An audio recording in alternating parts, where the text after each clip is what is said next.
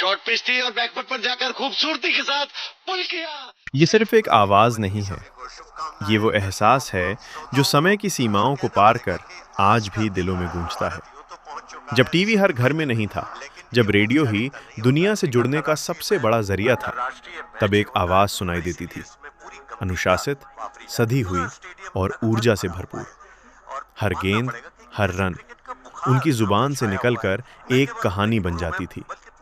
ये आवाज थी पद्मश्री अवॉर्डी श्री सुशील दोशी जी की। सुशील दोशी, एक ऐसा नाम जिसने क्रिकेट को सिर्फ देखा नहीं, बल्कि उसे जिया है और देश को भी महसूस कराया है।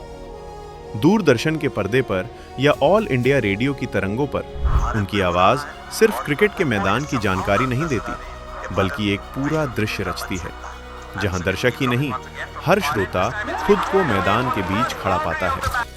उनके शब्दों में है सादगी, उनकी आवाज में है अटूट विश्वास और उनके अंदाज में बसती है भारतीय क्रिकेट की आत्मा।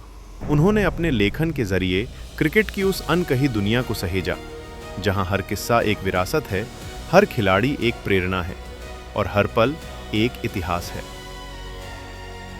भारत में अब क्रिकेट सिर्फ एक खेल नहीं, लेकिन एक धर्म बन चुका है। जिस खेल को शुरुआत में अंग्रेज़ों ने लाया था, अब ये खेल जो है, अब भारत जो है इस खेल में नंबर 1 बन चुका है। तो ये बहुत ही बड़ी बात है। और इसके साथ साथ हमें ये समझना बहुत महत्वपूर्ण है कि इस खेल का इतिहास क्या है, इसका विकास कैसे हुआ है। श्री सुशील जी को बहुत बधाई देना चाहूँगा। उन्होंने एक बहुत खूबसूरत किताब लिखी है अपने अनुभव के साथ साथ, जो इस इतिहास के बारे में खूबसूरती से सबको बताती हैं। तो मैं चाहूँगा कि हमारे सारे युवाओं जो क्रिकेट को फॉलो करते हैं, जो क्रिकेट के बारे में जानना चाहते हैं, इस किताब को ज़रूर पढ़िएगा। इससे आपको बहुत अच्छी और इंटरेस्टिंग कहानियाँ मिलेंगी, फैक्ट्स मिलेंगे और इतिहास भी मिलेगा। दूसरी बात है, मैं इसलिए भी खुश हूँ क्योंकि ये सिर्फ हमारे मेंस क्रिकेट के बारे में नहीं बात करता, ये महिला क्रिकेट के बारे में भी बात करता है। और हमारे महिलाओं क्रिकेट के लिए भी जिस तरीके के साथ अब हमारे जो वर्ल्ड कप की विक्ट्री हुई है, मुझे लगता है हम सबको महिला क्रिकेट के बारे में भी जानना चाहिए और पढ़ना भी चाहिए, क्योंकि अब ये हमारे लिए वर्ल्ड स्टेज बन चुका है। सुशील जी तो इस परिवार के एक बहुत पुराने सदस्य हैं। उनकी जो संबंध है इस परिवार के साथ कई पीढ़ियों तक जाती है। मुझे याद है जब मैं उनसे पहले बार मिला भी था, तब उन्होंने मुझे बताया था कि मेरे दादाजी श्रीमद माधवराव जी ने, सिंधिया जी ने उन्हें बहुत ही पुश किया था हिंदी कमेंट्री के लिए, और अब वो भारत में और पूरे विश्व में नंबर 1 हिंदी कमेंटेटर बन चुके हैं।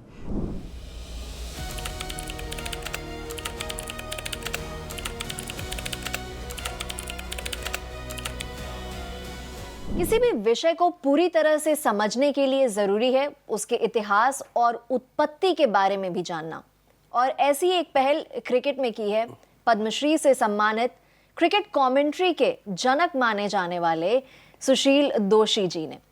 तो हम कहानी क्रिकेट की पर लगातार चर्चा कर रहे हैं, आज दूसरे अध्याय पे बात करेंगे। सबसे पहले तो स्वागत है आपका। बहुत धन्यवाद, और सभी दर्शकों को हार्दिक नमस्कार कि आप क्रिकेट की उत्पत्ति और विकास और इसकी सारी कहानी सुनने में दिलचस्पी ले रहे हैं।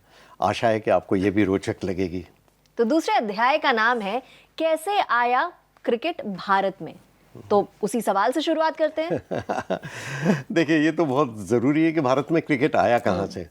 कि देखिए, अंग्रेज़ों का खेल, अंग्रेज़ों के इंग्लैंड वाले यहाँ लेकर आए, वहाँ उत्पत्ति इसकी हुई थी और भारत में लोकप्रिय उन्होंने बनाया, क्योंकि जब एलिजाबेथ ने भारत को चार्टर दिया ना इनको, उनकी ईस्ट इंडिया कंपनी को, तो भारत में आए। और उस समय क्या हुआ कि बड़ौदा में जो कोली लोग होते थे ना, वो कोली लोग कुछ समुद्री डाकू भी थे उनमें थे, तो ये तो खेलते थे क्रिकेट, ईस्ट इंडिया कंपनी के खिलाड़ी आपस में, तो उन्होंने क्या किया कि कोहलियों को कुछ इनाम भी दिया ताकि वो भटकें, मतलब डाकूगिरी न करें और भटकें अपनी दिशा से और मनोरंजन की तरफ बढ़ें। तो उनको क्रिकेट खिलाना शुरू किया। तो वहाँ से मैं समझता हूँ कि क्रिकेट की भारत में शुरुआत हुई। ये बड़ौदा की बात है। तो इस तरह से क्रिकेट शुरू हुआ और फिर क्रिकेट ऐसा खेल था, इसने आकर्षित कर लिया खेलों को, क्योंकि काफ़ी इसमें अनिश्चितता थी, काफ़ी रोचकता थी। और एक गेंद का खेल है ना क्रिकेट, कोई भी आप कितने भी बड़े बल्लेबाज हो, डॉन ब्रैडमैन हो या सचिन तेंदुलकर हो या कोई भी हो, कोई एक ही गेंद तो आपको आउट करती है, जब आती है पता नहीं कब आ जाएगी। तो ये अनिश्चितता जो है ना, इस खेल को अत्यंत रोचक बनाती है और भारतीयों को ये बहुत खेल अच्छा लगा और इसी कारण हम देख रहे हैं कि आज कहाँ से कहाँ तक की यात्रा इस खेल ने कर ली है।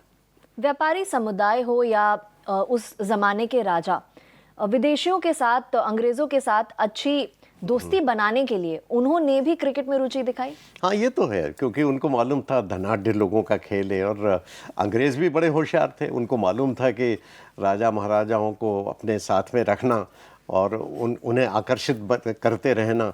और फिर राजा महाराजाओं और उनके जो अंतर्गत लोग होते थे, बड़े लोग जो हैसियत वाले जमींदार लोग जो, तो वो चाह रहे थे कि अंग्रेज़ों के साथ दोस्ती रखें। तो उस समय का माहौल भी ऐसा ही था, हम उन्हें दोष भी नहीं दे सकते। तो उस समय वो क्रिकेट खेल की शुरुआत उनके साथ हुई और वो खेल पहले धनाढ़ लोगों में ही हुआ। और यही कारण है कि उस समय लोग सोचते थे कि गरीबों के लिए ये खेल नहीं है, क्रिकेट केवल धनाढ़ लोगों का खेल है। लेकिन आज तो पासा पलट गया, परिस्थितियाँ बदल गई हैं। अब ये खेल उनका हो गया जो उसे खेलना जानता है। जैसे होता है ना, जीवन किनका होता है, जो उसे जीना जानता है। उसी तरह से क्रिकेट अब उन लोगों का खेल हो गया है जो उसे खेलना जानता है और जो शिद्दत के साथ उसको खेलता है। फुटबॉल दुनिया में सबसे ज्यादा लोकप्रिय खेल है, दूसरे नंबर पर क्रिकेट आता है। उसमें एक महत्वपूर्ण भूमिका भारत की आबादी भी निभाती है, क्योंकि भारत में बहुत लोकप्रिय है। लेकिन कोई भी ऐसा खेल जिसमें इंफ्रास्ट्रक्चर के तौर पर बहुत चीजों की जरूरत ना हो, उसके लोकप्रिय होने के चांसेस बढ़ जाते हैं। अब जैसे क्रिकेट में कोई भी मैदान मिल जाए वहां पे खेला जा सकता है, बल्ला बनाना आसान है, गेंद बनानी आसान है, तो बेसिक लेवल पे क्रिकेट खेलना काफी आसान है। नहीं, देखिए क्या होता है कि बच्चे भी हम देखते हैं ना, स्कूलों में अगर चौक होता है तो वहाँ पर क्या करेंगे कि कोई पीपा ले लेंगे पानी का, या उसको लगा लेंगे स्टंप की तरह, और कोई जो कपड़े धोने का धोना होता है ना, उसको बैट बना लेते हैं। कपड़े की गेंद, मैंने बचपन में इसी तरह से क्रिकेट भी खेला है, मुझे याद है, चाहे गरीबी के दिन हो। तो आप अपने मनोरंजन का साधन ढूंढ ही लेते हैं और आपको प्रतिस्पर्धी आपके लेवल के मिल ही जाते हैं, क्योंकि आसपास के लोग भी वैसे ही होते हैं। तो ये क्रिकेट का खेल आसान भी है, मुश्किल भी, दोनों चीज़ें। मुश्किल इसलिए कि इसकी बड़ी सुविधाएं उस समय बहुत मुश्किल थी, आज तो सबको मिल रही हैं, लेकिन तब वो बड़ी सुविधाएं नहीं मिलती थी, इसीलिए भारत जन जन में नहीं फैला। क्रिकेट खिलाड़ी उस तरह से पैदा नहीं हुए जगह जगह। आज तो पैदा हो रहे हैं, क्योंकि सब सुविधाएं सर्वत्र उपलब्ध हैं और प्रतिभावान हैं, तो आपको सभी चीज़ न्यौछावर है। लेकिन तब ऐसा नहीं था। तो तब बहुत ज़बरदस्त, जब तक प्रतिभा नहीं हो, जब तक आपके कनेक्शंस नहीं हो ऊपर तक, तब तक आप क्रिकेट खेलते नहीं थे। इसीलिए हमने देखा कि पारसी लोग या फिर कई जो धनाढ़ वर्ग के लोग हैं, राजा महाराजा हैं, वो क्रिकेट से जुड़े रहते थे। उनके पीछे कारें चलती थी, उनके नौकर चाकर चलते थे, उनके पैड्स और क्रिकेट बैट लेके चलते थे। लेकिन देखिए, हर वक्त का ये बदलाव है। वो वक्त अलग था, ये वक्त अलग है। पारसी समुदाय का आपने जिक्र किया, हालांकि इन टर्म्स ऑफ नंबर्स बहुत ज़्यादा नहीं है, लेकिन फिर भी अलग अलग फील्ड्स में उन्होंने अपनी छाप छोड़ी है और क्रिकेट में भी काफ़ी बड़े नाम आए हैं। बिल्कुल। और हम तो पारसी समुदाय के बहुत ही, आप रतन टाटा जैसे लोग, या फिर जो औद्योगिक क्रांति के प्रतीक माने जाते हैं, या फिर क्रिकेट में विजय मर्चेंट, ये इस कम्युनिटी की बड़ी विशेषता है कि ये लोग करते क्या है कि न केवल मनोरंजन करते हैं बल्कि समाज सेवा का कार्य भी करते हैं। तो हमने देखा विजय मर्चेंट भी कितनी समाज सेवा उन्होंने की। हालांकि ढेरों रन बनाए और सुनील गावस्कर की तरह उन्होंने भी बहुत सारे शतक लगाए, उनका औसत भी 50 से ऊपर ही था। लेकिन सवाल यही कि उस समय पारसी कम्युनिटी ने जो काम किया ना क्रिकेट के क्षेत्र में भी, उसका उल्लेखनीय योगदान है, इस बात से कोई इनकार नहीं कर सकता। रूसी मोदी है ना, ये बड़े क्रिकेटर पैदा हुए जो पारसी कम्युनिटी के थे। और भी कई क्रिकेटर्स हैं जो पारसी, लेकिन उन्होंने अच्छी पारसी टीम बनाई और वो अच्छी अच्छी टीमों को भारत में हरा देते थे, जबकि क्वाड्रेंगुलर और पेंटांगुलर और ये तमाम टूर्नामेंट्स होते थे, ट्रायंगुलर टूर्नामेंट, क्वाड्रेंगुलर टूर्नामेंट होते थे, जहाँ से शुरुआत हुई भारत में क्रिकेट की, प्रतिस्पर्धात्मक क्रिकेट की। तो ये तमाम चीज़ों का बड़ा योगदान रहा। तो आप ठीक कह रही हैं, पारसी कम्युनिटी के योगदान को क्रिकेट के क्षेत्र में हम कभी भुला नहीं सकते। कहानियों का सिलसिला तो जारी रहेगा, लेकिन अभी चलते एक छोटे से ब्रेक की तरफ इस संदेश के बाद। मुझे बहुत खुशी है कि हमारे द्वारा प्रकाशित किताब कहानी क्रिकेट की पर 13 एपिसोड का धारावाहिक बनने का अवसर प्राप्त हुआ है। काफ़ी खोजबीन के बाद प्रसिद्ध क्रिकेट कमेंटेटर श्री सुशील दोशी जी ने यह किताब लिखी थी। इस किताब में बहुत सारी क्रिकेट की जानकारियां दी गई हैं, जिनका हम चित्रण करने जा रहे हैं। नए पीढ़ी के क्रिकेटर इससे प्रेरित होंगे, यही मेरी कामना है। धन्यवाद। देखिए कहानी क्रिकेट की पद्मश्री अवॉर्डी श्री सुशील दोशी के साथ हर रविवार सुबह 9 बजे सिर्फ डीडी स्पोर्ट्स पर। क्वाड्रेंगुलर पेंटेंगुलर टूर्नामेंट्स का आपने जिक्र किया। अब इन टूर्नामेंट्स में जो टीमें होती थी वो रिलीजन बेस्ड होती थी, तो उसके बारे में बताइए। हाँ, ये तो देखिए शुरुआत जो भारतीय क्रिकेट में हुई, उसके बाद ये आप जैसा कह रहे हैं रिलीजन बेस्ड धार्मिक टीमें बनने लगी। पारसीज की अलग टीम, मुस्लिम्स की अलग टीम, पेंटेंगुलर और ट्रायंगुलर और क्वाड्रेंगुलर टूर्नामेंट भारत में बहुत लोकप्रिय होते थे और बड़ी संख्या में लोग आते थे। लेकिन थोड़ा धार्मिक उन्माद भी इसमें फैलने लगा था। हिंदूज़ की टीम भी खेलती थी, मुस्लिम्स, यूरोपियन, पारसीज, ये तमाम टीमें खेलती थीं। तो महात्मा गांधी जी ने इसका विरोध किया था। मुझे याद है कि मैं पढ़ रहा था कहीं और उसमें लिखा था कि महात्मा गांधी ने इस बेसिस पे विरोध किया था कि भाई ये इससे धार्मिकता और कट्टरता फैलती है और भारत जो एकजुट देश है अगर करना है अपने को, तो इसके लिए ये अच्छी बात नहीं है। तो उनका सोच भी बिल्कुल ठीक था, वक्त के हिसाब से भी, आज के हिसाब से भी। तो मैं सोचता हूँ कि वो उन्होंने इसका विरोध किया था, लेकिन ये इस बात से इनकार नहीं कर सकते कि वो टूर्नामेंट जो होते थे ना, उससे भारत की प्रतिभा को चार चांद लगे। बहुत सारी प्रतिभाएं उभर कर आई उसमें से। और अब 1925-26 में मुझे याद है कि आर्थर गिलिगन की एक टीम आई, एमसीसी टीम यहाँ पर आई थी भारत में। उसमें कर्नल सीके नायडू ने मुंबई में 11 छक्के और 13 चौके उन्होंने लगाए थे और कुछ तो मरीन ड्राइव के मैदान पर जाकर छक्के गिरे थे। अब उस समय आप सोचिए कि बैट कैसे होते थे। वो आजकल के बल्लेबाज जो हम क्रिस गेल और वगैरह की बात करते हैं, या अभिषेक शर्मा के लंबे छक्कों की बात करते हैं, या युवराज सिंह के छक्कों की बात करते हैं, इनके बल्लों की क्वालिटी इतनी अच्छी रहती है कि आधा काम तो वो बल्ले ही कर देते हैं। टाइमिंग वगैरह तो चाहिए, पावर भी चाहिए, लेकिन बल्लों की क्वालिटी भी इतनी अच्छी रहती है, स्ट्रोक्स इतने खुले रहते हैं। और उस समय कर्नल सीके नायडू के बैट मैंने देखे थे, वो तेल पिला पिला कर उसका स्ट्रोक खोलते थे। वो कहते थे कि टाइमिंग और शरीर का संतुलन, बैलेंस, ये चीज़ें सबसे महत्वपूर्ण है। संतुलन अगर ठीक रहेगा तो टाइमिंग ठीक रहेगा आपका। तो ये बात सही कहते थे। और उनके छक्के जाते थे 115, 116, 120 मीटर दूर, जो आज जो बात करते हैं ना, और उन बल्लों से तो आप सोच सकते हैं कि क्या ताकत होती होगी और क्या शरीर संतुलन रहता होगा। मुश्ताक अली साहब तो मेरे घर से करीब आधे किलोमीटर के दूरी रहते थे और अक्सर मिलते रहते थे। मैं सोचता हूँ आज अगर अब खेलते ना आज के युग में, तो T20 क्रिकेट के जो जितने आज स्ट्रोक्स हम देखते हैं कि इम्प्रोवाइज्ड स्ट्रोक देखते हैं ना, वो क्रिकेट तब खेलते थे और लोग बड़े रोमांचित होते थे। तो वो बड़े क्रिकेट खिलाड़ी थे। और जो अब मैं बात कर रहा था ना कि गिलिगन की जो टीम आई थी और क्रिस जार्डन जो थे, डगलस जार्डन जी, उस टीम के, उनको भारतीय टीम, वो भारत के बड़े दोस्त थे और वो कहते थे कि ये भारतीयों में बड़ी प्रतिभा है।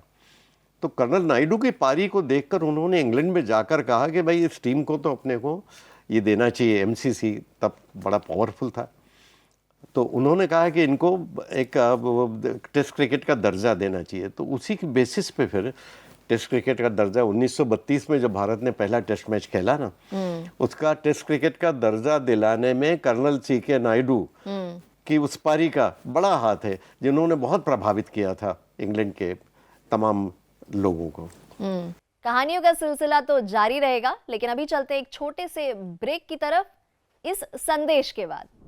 नमस्कार दोस्तों, मैं हूं मीर रंजन नेगी और मुझे आप लोगों को बताते हुए बेहद हर्ष हो रहा है कि मेरे दिल के बहुत ही करीब मेरे पर्सनल फ्रेंड, हमारे इंदौर की शान, पद्मश्री श्री सुशील दोशी जी की नई किताब कहानी क्रिकेट की जो है वो हाल ही में रिलीज़ हुई है।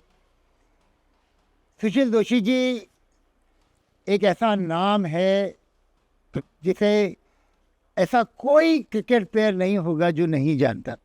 क्रिकेट क्यों, जो भी खेल प्रेमी हैं वो सब उनकी आवाज़ सुनकर बड़े हुए हैं और आज इस उम्र में भी 300 वनडे इंटरनेशनल्स करने के बाद, न जाने कितने टेस्ट मैचेस करने के बाद, उनका जो जुनून है, उनका जो जोश है क्रिकेट के प्रति, अपनी कमेंट्री के प्रति, अपने काम के प्रति, वो ख़त्म होते हुए नहीं दिखता है। वो न सिर्फ कमेंटेटर हैं बल्कि एक बहुत बड़े लेखक हैं और वो सिर्फ क्रिकेट की कमेंट्री नहीं करते हैं, वो टेनिस की, टेबल टेनिस की और न जाने कितने अलग अलग क्षेत्रों में अपनी आवाज़ का जादू बिखेरते हैं। आने वाले समय में वो इसी तरीके से मजबूत रहें और उनका ये जो प्रयास है खेलों के माध्यम से, कमेंट्री के माध्यम से पूरे देश में एक बार फिर से जो क्रिकेट का माहौल है गरमाया हुआ है उसको बरकरार रखने का जो प्रयास है उसे इसी तरीके से वो करते रहें। मेरी तरफ से ढेर सारी शुभकामनाएं हैं, ढेर सारा प्यार है। देखिए कहानी क्रिकेट की पद्मश्री अवॉर्डी श्री सुशील दोशी के साथ हर रविवार सुबह 9 बजे सिर्फ डीडी स्पोर्ट्स पर।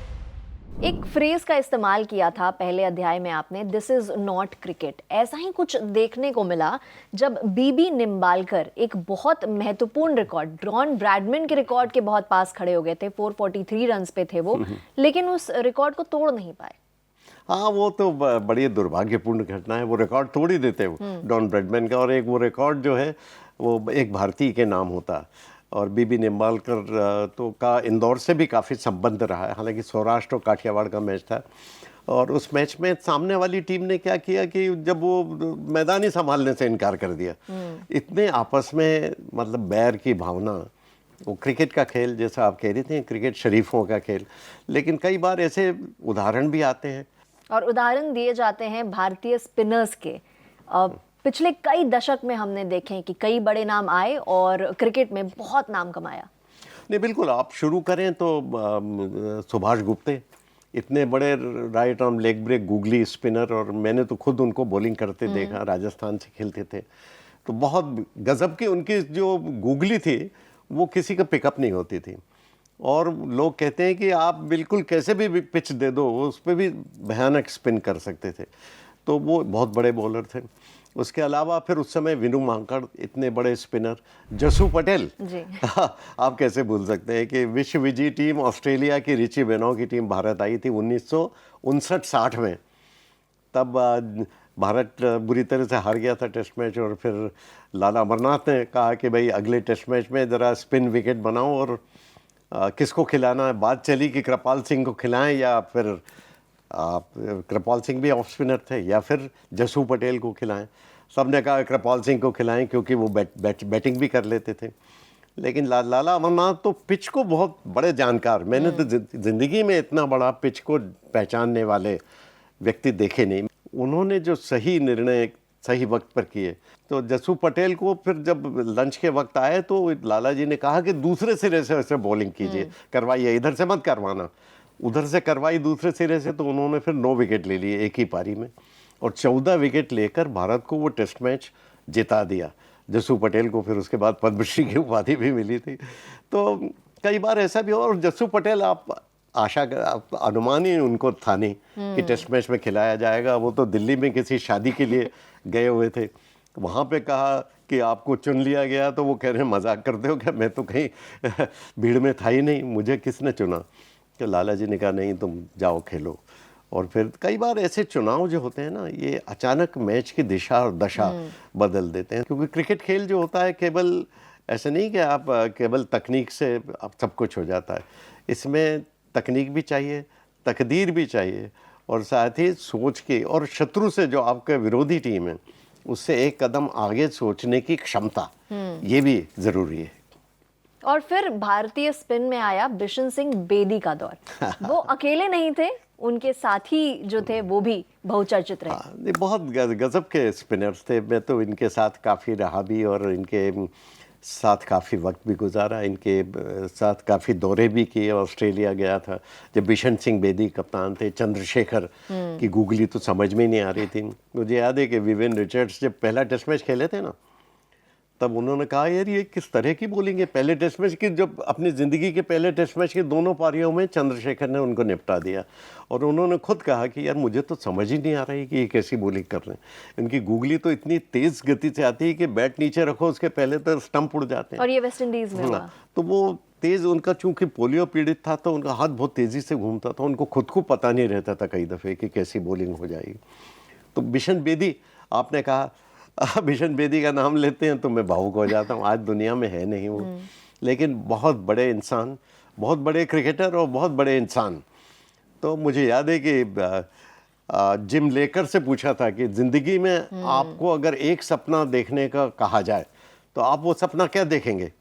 तो उन्होंने कहा कि लॉर्ड्स का मैदान हो, ठंडी हवा चल रही हो, धूप निखरी हुई हो और एक तरफ से बॉलिंग कर रहे हो रे लिंडवाल और दूसरी तरफ से बिशन बेदी अपनी क्लासिकल जो फ्लाइट कर रहे हो, तो वो देखने की मेरी तमन्ना। ये मेरे लिए सबसे बड़ा स्वर्गीय दृश्य कहना होगा। तो इतने बड़े खिलाड़ी जिसके लिए जिम लेकर कह रहे हैं, जो कि टेस्ट मैच के 20 में से 19 विकेट लेने वाला खिलाड़ी, तो उन्होंने कहा कि ये उसका सबसे बड़ा सपना। लेकिन एक इंसान के तौर पर भी कि सच को सच कहना और गलत को गलत कहना, उसके बराबर का क्रिकेटर मैंने दूसरा देखा नहीं। कि अपने फ़ायदे नुकसान की बात न सोचते हुए भी सत्य का साथ देना और स्पष्टवादिता, साफ बात कहना, साफ गोई जिसको कहते हैं, ऐसा क्रिकेट खिलाड़ी मैंने दूसरा देखा नहीं। और मानवीयता के दृष्टिकोण से बहुत बड़े खिलाड़ी। व्यक्ति चला जाता है, विचार और व्यवहार और चरित्र उसका अपनी छाप छोड़कर जाता है। और ये उस वक्त की बात है, उस दौर की बात है जब भारत के पास कई विकल्प थे स्पिन डिपार्टमेंट में, और यही कारण था कि राजेंद्र गोयल जैसे प्रतिभावान खिलाड़ी भारत के लिए अपना डेब्यू नहीं कर पाए। नहीं खेल पाए, क्योंकि होता है आप किस दौर में खेल रहे हैं। महेंद्र सिंह धोनी के दौर में कितने सारे विकेट कीपर्स, लेकिन महेंद्र सिंह धोनी तो धोनी ही है। तो ये होता है। तो लेकिन वक्त की बात है, तो इसीलिए तो कहते हैं कि आपको भाग्यशाली भी रहना चाहिए कि आप किस वक्त पर क्या काम कर रहे हैं। इस बात पर याद आया, एक बार मोहिंदर अमरनाथ से बात हो रही थी और वो मेरे लिए तो बहुत ही प्रेरणादायक व्यक्ति हैं, मेरे तो मित्र भी हैं और मुझे काफ़ी समझाइश भी देते रहते थे हमेशा। कई दौरों में साथ रहे, मेरे प्रति स्नेह भी उनका बहुत है। तो एक बार उन्होंने पूछा क्या कर रहे हो? मैंने कहा वक्त काट रहा हूँ। तो उन्होंने कहा कि तुम्हारी औकात नहीं है कि तुम वक्त को काट सको, वास्तव में वक्त तुम्हें काट रहा है, क्योंकि वक्त को तुम रोक नहीं सकते, वक्त तो चल रहा है। तुम ये कभी मत कहना कि तुम वक्त को काट रहे हो, क्योंकि वक्त तुम्हें काट रहा है। वक्त की कीमत पहचानो और कोई अच्छा काम करने की कोशिश करो। तो ये बहुत बड़ी बात है, अपने आप में काफ़ी आध्यात्मिक बात है, लेकिन मुझे बहुत सीखने को मिला इस बात से। और समय के साथ भारतीय पेस डिपार्टमेंट का भी उत्थान हुआ। किन कारणों ने उसमें योगदान दिया? देखिए, एक जो पहले तो बात उसके बाकी स्पिनर्स की बात अगर हम न करें तो थोड़ा पीछे छूट जाएंगे, क्योंकि एक सलीम दुरानी बहुत बड़े स्पिनर, एक लेफ्ट आर्म स्पिनर रहे जो भारतीय, बड़े प्रतिभाशाली, लेकिन गंभीरता नहीं थी। इतने प्रतिभा के धनी, ऐसे बढ़िया बैटर, ऐसे बढ़िया फील्डर और ऐसे बढ़िया स्पिनर दुनिया में ऐसे अद्भुत ऑलराउंडर्स नहीं। अगर 10 ऑलराउंडर्स आप गिने दुनिया के तो उनका नाम आप लेंगे। और इतने बढ़िया स्पिनर, और गैरी सोबर्स से लगा के सभी कहते थे कि ये बड़ा प्रतिभाशाली स्पिनर है वो। फिर अनिल कुंबले का अगर हम नाम न लें तो ये भी अन्याय होगा, या फिर हम नाम न लें हरभजन सिंह का, तो ये भी इतने विकेट, भारत को इतने सारे मैच जिताए। और अब तो जिता ही रहे अजय जडेजा, और भारतीय स्पिनर्स तो लगातार काम कर रहे हैं।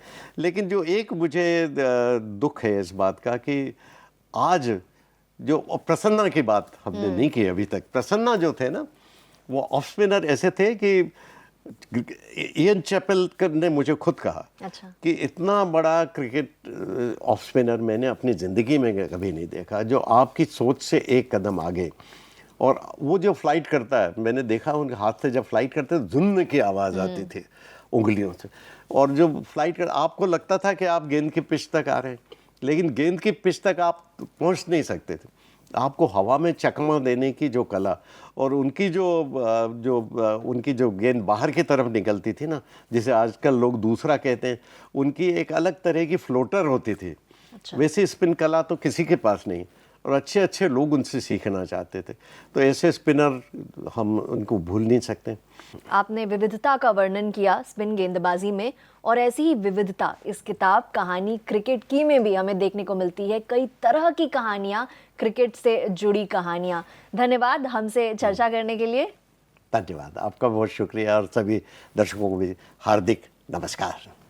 और हम जल्द ही लौटेंगे तीसरे एपिसोड के साथ, जहां पर बात करेंगे महिला क्रिकेट के बारे में।